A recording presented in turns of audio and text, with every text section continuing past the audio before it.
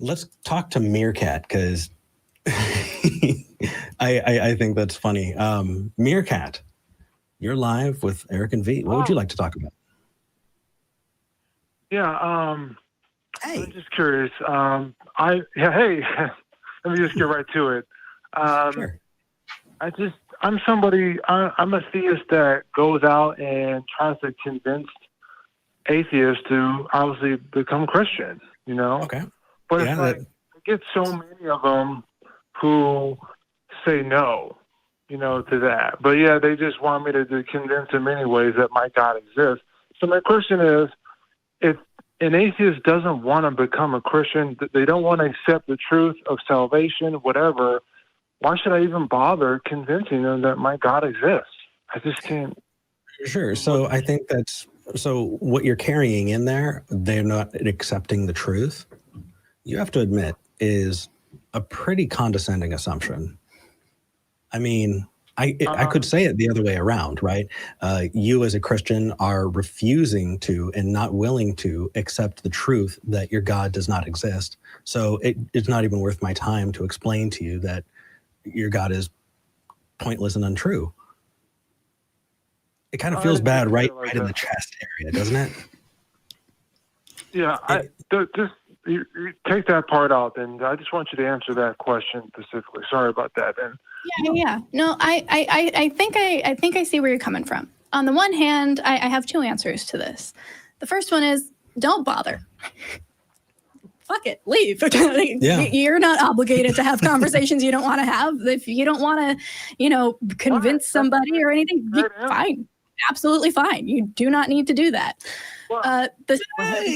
If you believe in the Great Commission, you do. Exactly. Like that's the caveat there. I know that when I was growing up, my dad felt physically ill if he did not pray for every single car that passed him on the side of the road.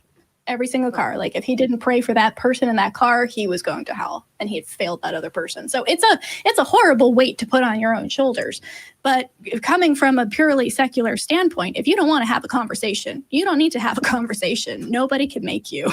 You get out of there. You walk away. You be respectful. You say, you do you. I'm going to do me over here. So that's the first answer. Do we want to talk about that at all or move into the second part? Yeah, here's the thing, though, but they make it seem like I am obligated anyways. They go about it as if I am. I'm supposed to. I have the burden of proof, so you got to do this. And I try to explain to them, no, as a Christian, I'm only obligated to have the burden of proof to convince you by default unless you want to be a Christian. Well, hold on. May I ask? Let's say they say... Let's say they go, hey, Meerkat, you have the burden of proof. It's up to you to convince me of your claim. Do you care? Because if you want to win online arguments, then you need to interact. But if you don't care about online arguments, then it shouldn't even matter.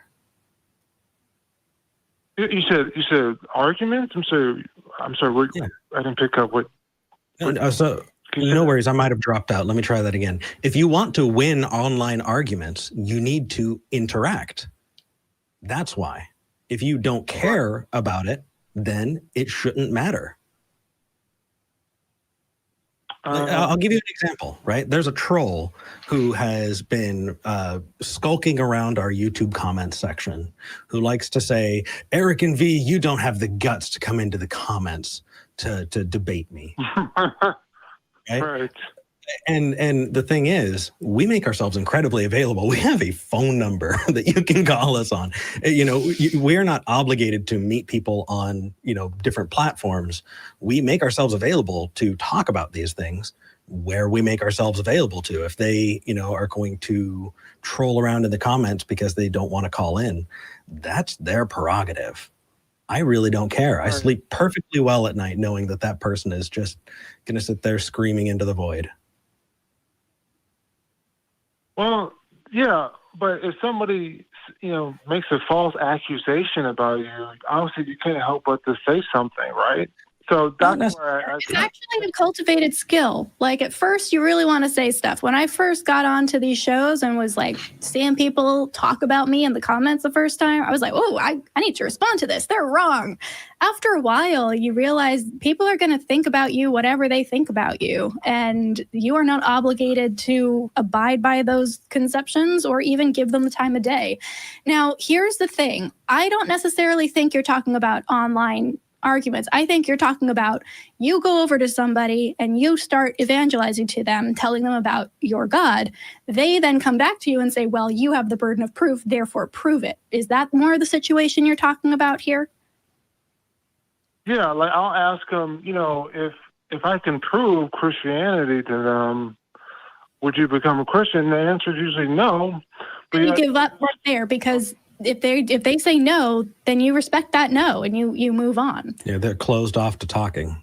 And that's fine. Just like if I came up to you and was like, if I disproved that, whatever foundational belief you had was true, would you stop being a Christian or a theist or, whichever form of religious person you are? If you said no, I would be remiss to continue to go at you and be upset that you didn't get convinced by me. I would have to walk away. That's the respectful thing to do. But if I come up to you and I'm the one starting the conversation and I'm the one bringing an idea to the table, the idea of God or of no God, then I need to be ready to back that up. And I can't be offended if someone asks me questions or asks me to prove it. Right. That's what I said to them. Like if I make a claim, then yeah, automatically I have the burden of proof. But if I'm asking them if they want to, if I want to have the same belief about that claim, then no, I don't. So yeah, that's great that you acknowledge that claims and beliefs or trying to convince people of something are two different things. Okay, thanks. Yeah. But then I'll just say this to end it. Hello? Yeah, Go for it, man. Okay, so sure. Just to end it so you get the other callers is, and this is not preaching. I'm just inviting anyone. Are you good? We might need to let you go. This isn't a platform for people to do that. That's okay though. Appreciate it. I know you feel compelled to respect that. We're gonna let you go so you don't have to feel bad about it. Whoops, you dropped. God can't blame you if we dropped you. Yeah.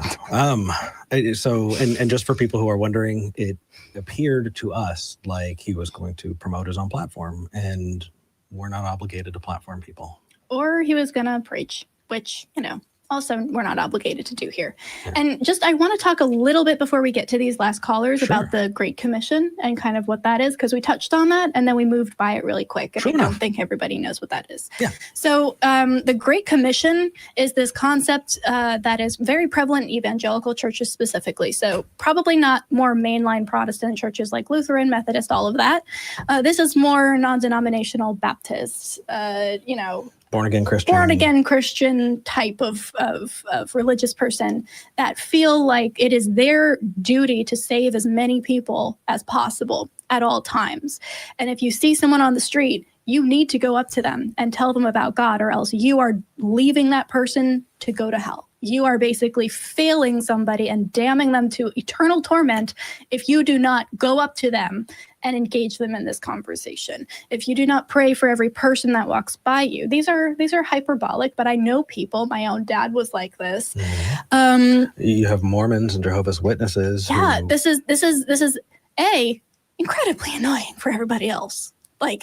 Just very annoying. But B, also extremely hard on you. As a person who believes that the weight of every single person you see's soul is up to you to bear, that is horrible. That is a horrible amount of pressure to put on a person and a horrible amount of guilt, because you're never going to actually be able to talk with everybody you want to, in which case we very nicely let the last caller go before he could say anything, so he could then say, well, they dropped me. I was going to say it, but they dropped me. It wasn't my fault. I didn't back down.